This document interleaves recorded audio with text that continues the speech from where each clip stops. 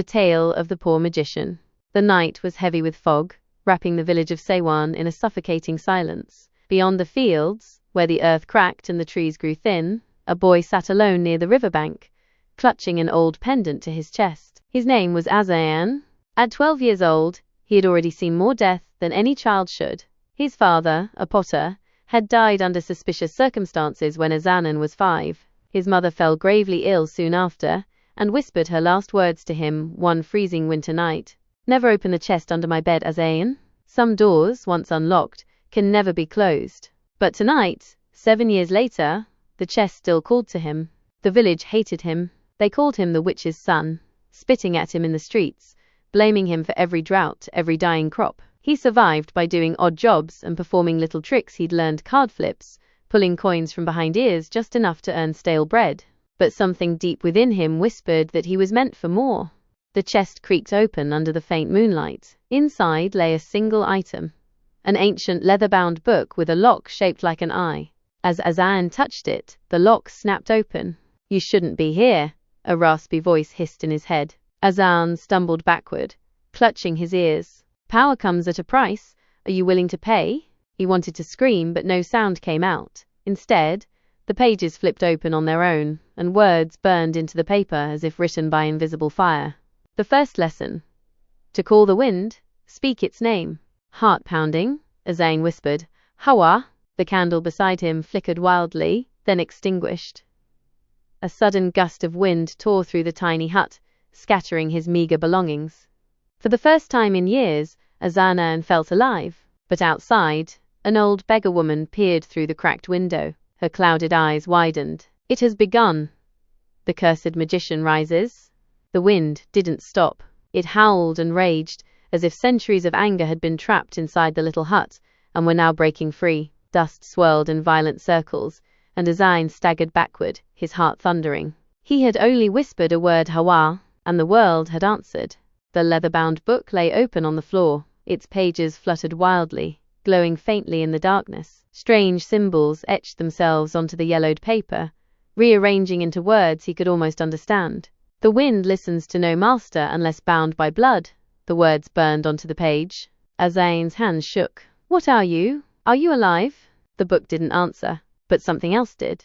A faint whisper curled in his ears like smoke. Little boy, do you want to be powerful?" Azan froze. The voice was soft yet sharp, like a blade wrapped in silk. "Who's there?" His voice cracked. The candle relit itself, its flame blue instead of orange. In its glow, he saw it. His shadow was no longer his own. Instead of copying his movements, it seemed to twitch and stretch, growing long fingers that scraped at the walls. "Answer me, little magician. Do you want them to fear you? To kneel? To pay for their cruelty?" Azan's stomach knotted. He remembered the taunts of the village boys, the stones they threw, the way the chief's son once pushed him into the mud and laughed as his only loaf of bread soaked into the filth. "Yes," Azan whispered. "I want them to respect me. I want them to stop hurting me." The voice purred. "Then learn. The first spell is only a taste. Keep reading, Azan. Open the next page and pay the price." The next morning, the sun broke through a thin veil of clouds. In the village square, merchants hawked their goods, chickens clucked in cages, and children played in the dust. But when Azan walked through, the chatter stopped. "There goes the witch's son," an old man muttered. "Why hasn't the chief banished him yet?" hissed a woman, clutching her child's hand. Azan kept his head down. His stomach growled, but he had no coin to buy food. He pulled his tattered cloak tighter and moved toward the baker's stall. "Please," he said softly, "could I have a small loaf? I'll work for it." The baker, a thick-set man with flour dusting his beard, scowled. "Work? You? What can a filthy boy like you do? My stall doesn't need curses." "I'm not cursed." Before Azan could finish, a rough hand shoved him to the ground. He looked up and saw Hamid, the chief's son, grinning down at him. "You again," Hamid said. "I told you never to come near the market. I just wanted some bread." Hamid grabbed the front of Azan's cloak and yanked him up. "Maybe if I break your fingers, you'll stop trying to beg like a dog." Azan's heart pounded. He felt the pendant under his shirt grow warm. "Say the word, little magician. Call the wind." He didn't want to hurt anyone. Not really. But as Hamid raised his fist, rage flared inside Azaguan like a storm. "Hawa!" he whispered. A sudden gust roared through the market, knocking over baskets and scattering fruit. The chickens squawked wildly, their cage tumbling onto its side. Hamid's eyes went wide as the wind whipped around them like an invisible whip. "What is this?" Hamid cried, stumbling backward. The crowd gasped. Azan stood slowly, the wind curling around him like a living creature. His hair and cloak billowed as though he were standing at the edge of a cliff. "Don't touch me again," he said, his voice low but carrying across the square. Hamid fell to his knees. Witchcraft, he screamed. The villagers began shouting, "Black magic! He's cursed! Kill him before he curses us all!" Azan's stomach dropped. He hadn't meant to scare them. The wind calmed and fell still. But the damage was done. From behind the crowd, an old woman in a dark shawl watched silently. Her cloudy eyes didn't blink. "The prophecy is true," she murmured. "The cursed magician walks among us again." The sun dipped low behind the hills, bleeding orange into the sky. The once bustling market had fallen silent, but Azan could still hear their voices in his head. "Witchcraft! He's cursed! Kill him before he curses us all!" The boy staggered into the forest on the edge of Seiwan, clutching his pendant. His cloak was torn, and his knees were scraped from falling on sharp stones during his escape. "Why did I say the word?" he thought bitterly. "I didn't want to hurt them. I just wanted peace." The voice from the book whispered again, soft and coaxing. "Peace is an illusion, little magician. Power is the only truth. Do you want them to bow? Or do you want to keep crawling like a rat?" "Leave me alone," Azan shouted, into the empty woods. The wind stirred in response, rustling the leaves. "You shouldn't yell in the forest," said a calm voice behind him. Azan spun around, his heart lurching. A girl stood there, no older than him, with sharp grey eyes and a hunting bow slung across her shoulder. Her cloak was patched and faded, but she carried herself like someone who didn't fear anything. Not even a boy accused of witchcraft. "Who you?" Azan demanded, stepping back. "I should be asking you that," she replied coolly. "You're the boy who called the wind today, aren't you?" Azan's blood ran cold. "You saw that?" "Everyone in Seiwan saw it." She tilted her head, studying him. "You're lucky they didn't burn you alive." "They wanted to," he muttered. The girl sighed. "Foolish boy. You have no idea what you've done, do you?"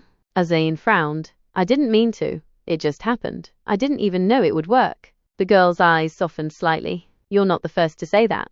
"What do you mean?" She walked closer. "Sit down. You look like you're about to faint." Azan hesitated, but his legs were trembling. He sank onto a fallen log, clutching the pendant under his shirt. "My name is Zoya," she said, sitting opposite him. "And I know what you are." Zoya stared at him for a long moment before speaking. "Hundreds of years ago, this land was full of magicians. They could summon storms, heal the sick, even bring the dead back for a breath of life. But one of them grew greedy. He wanted immortality. So he created a book. Your book." Azan's eyes widened. Zoya nodded. "The Book of Ashes. Every magician who used it gained incredible power, but it cursed them. The more they used magic, the more their soul turned black. In the end, they weren't human anymore. They became monsters." "That's just an old story," Azan said weakly. "Is it?" Zoya raised an eyebrow. "Didn't you notice the mark?" Azan blinked. "Look at your arm," she said. Reluctantly, Azan rolled up his sleeve. A small, black, vein-like mark crept up his wrist, pulsing faintly. He gasped. "What is this?" "It's the curse," Zoya said grimly. "Every spell you cast makes it grow. When it reaches your heart." She drew a finger across her neck. "You have two choices," Zoya continued. "Throw away the book and live as a normal boy. Or, Azan whispered, or master the magic and find a way to break the curse before it devours you." Azan's mind spun. Throw away the book? Could he even survive without it? Would the villagers ever accept him? But the voice in his head chuckled darkly. "Do you really believe she's telling the whole truth? Keep the book, Azan. With it, no one will ever hurt you again." I don't know what to do," Azan admitted. Zoya stood. "Then decide quickly. Because the king's soldiers are already looking for you. They'll pay handsomely for the head of a magician." Azan's stomach clenched. "Wait!" he cried. "Don't leave me." Zoya glanced back, her expression unreadable. "Follow me then. But know this. If you lose control even once, I'll be the first to put an arrow through your heart." And with that, she melted into the forest shadows like smoke. The forest was alive with sound-chirping insects, rustling leaves, and the distant howl of a wolf. But to Azan, All of it seemed to blend into one sharp, unbearable noise. His heart was still hammering from the words Zoya had left him with. The king's soldiers are already looking for you. He followed her deeper into the woods, his legs aching and stomach growling. Where are we going? He whispered. Somewhere safe, Zoya replied without looking back. Her voice was steady, but her eyes flicked around the shadows, like a hawk scanning for prey. You didn't tell me your plan? Because I don't have one yet. Azan stopped. You don't have a plan? You expect me to trust you? Zoya turned on him so quickly that he flinched. You're the one who called the wind in front of an entire village. You're the one who has half the kingdom hunting for your head. And you're questioning me? Azan's mouth opened and closed like a fish. She softened slightly. Look, if you don't want my help, you're welcome to wander back into the village and hand yourself over. He shook his head. No, he sighed. I don't know what I'm doing. Then keep quiet and follow. As they moved through the underbrush, the night deepened, and the air grew colder. But suddenly, Zoya raised a hand. Stop. Azan froze.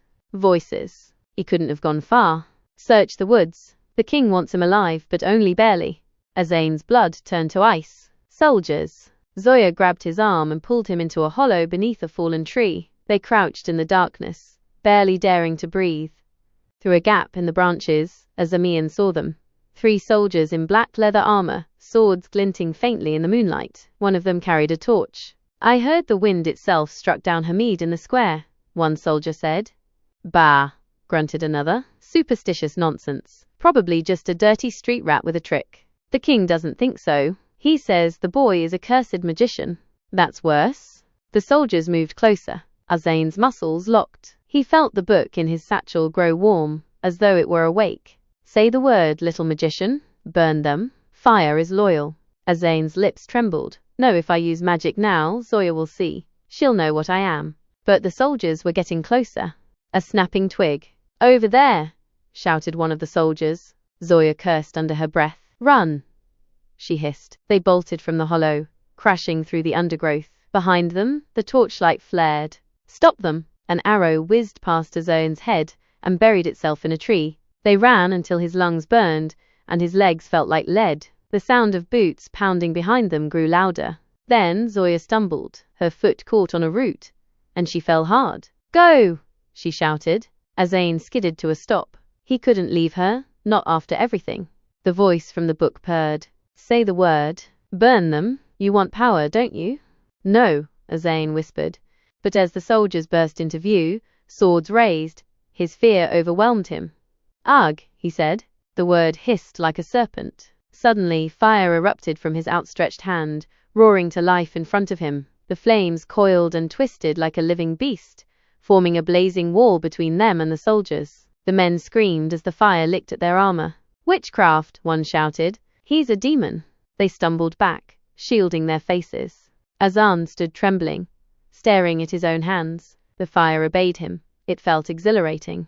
But when he looked at Zoya, her grey eyes were wide with horror. What did you do? She whispered. I saved us, Azan said weakly. Zoya stared at him for a long moment. Then she grabbed his arm. Come on, we're not safe yet. They ran until the trees thinned and a faint light appeared in the distance. A crumbling stone hut stood there, half swallowed by ivy. Zoya pushed open the door and pulled Azan inside. An old man sat by a dying fire, his back bent with age, his face hidden under a hood. You've brought him, the man rasped. Zoya froze. You knew? The old man chuckled. Of course, the Book of Ashes always finds its next master. Azan's eyes widened. Who are you? The man raised his head, revealing a face etched with deep scars. I am what you will become, boy, unless you learn to break the curse. The hut smelled of ash and old herbs. The fire crackled weakly, casting shadows on the walls like writhing snakes. Azan stood frozen at the doorway, staring at the scarred man sitting by the hearth. His hood was pushed back now, revealing skin crisscrossed with burns and veins blackened like charred roots. I don't understand, Azan said, his voice barely a whisper. Who are you? How do you know about the book? The old man's cracked lips curled into a grim smile. I know because I once held it too. Zoya moved cautiously around the room, her bow still slung across her shoulder. You're saying you were a magician? I was more than that, the hermit rasped. I was a king's advisor, respected, feared. When the famine came, I used the book to bring rain, to heal the sick. I believed I could save everyone. His smile faded.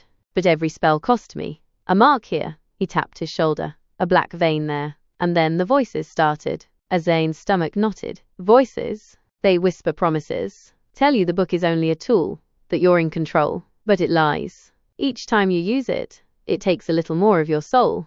Zoya glanced at Azain sharply. That's why you need to stop using it. Now?